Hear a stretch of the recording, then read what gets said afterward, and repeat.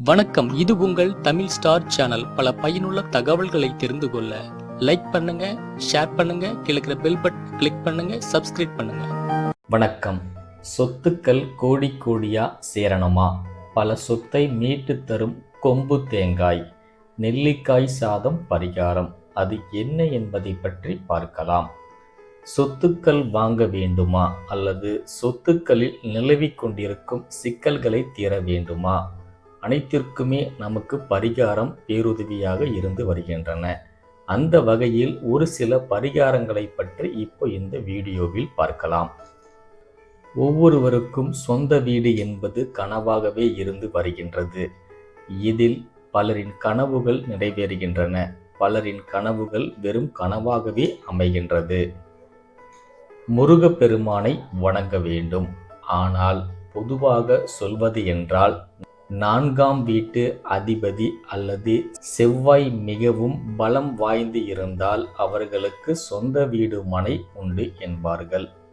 4ஆம் வீட்டு அதிபதி அல்லது செவ்வாய் மிகவும் பலம் வாய்ந்து இருந்தால் அவர்களுக்கு சொந்த வீட்டு மனை உண்டு.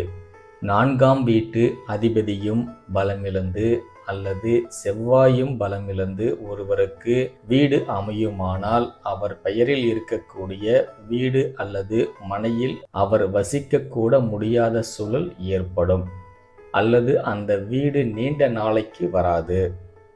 எனவே சொந்த வீடு நிரந்தரமாக அமைய வேண்டுமானால் பரிகாரம் தேவையாக இருக்கின்றது. இதற்கு முருகப்பெருமானை தொடர்ந்து வணங்கி வர வேண்டும். நவகிரகங்களில் செவ்வாய் கிரகத்துக்கு பூமிகாரகன் என்று பெயர் உண்டு. செவ்வாயுடைய அதிதேவதை முருகன் என்பதால் சொந்த வீட்டு மனை வேண்டும் என்று ஆசைப்படுபவர்கள் முருகப்பெருமானை வணங்கி வரலாம். செவ்வாய்க்கிழமை வேண்டுதல். இதற்கு செவ்வாய்க்கிழமை தோறும் முருகப்பெருமானை செவ்வரளி மாலை சார்த்தி எலுமிச்சை சாதம் நைவேத்தியம் செய்து அதனை அக்கம் பக்கத்தினருக்கு வழங்கி வர வேண்டும். இதனால் விரைவில் வீட்டு மனை யோகம் கிட்டும். வீடு மட்டுமே என்றில்லை, சொத்துக்கள் சேர வேண்டுமானால் என்றாலும் முருகப்பெருமானை வழிபட்டு வர வேண்டும். இதற்கு கொம்பு தேங்காய் பரிகாரம் ஒன்றையும் செய்து வர வேண்டும்.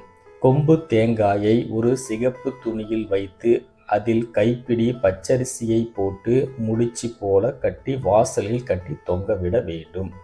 வீட்டில் தினமும் விளக்கேற்றும் போது அந்த தேங்காயை முடிச்சுக்கு ஒரு ஊதுபத்தி காண்பிக்க வேண்டும். இந்த தேங்காயை வருடம் ஒரு முறை மாற்றிக்கொள்ள வர வேண்டும். கொம்பு தேங்காயின் பரிகாரம்.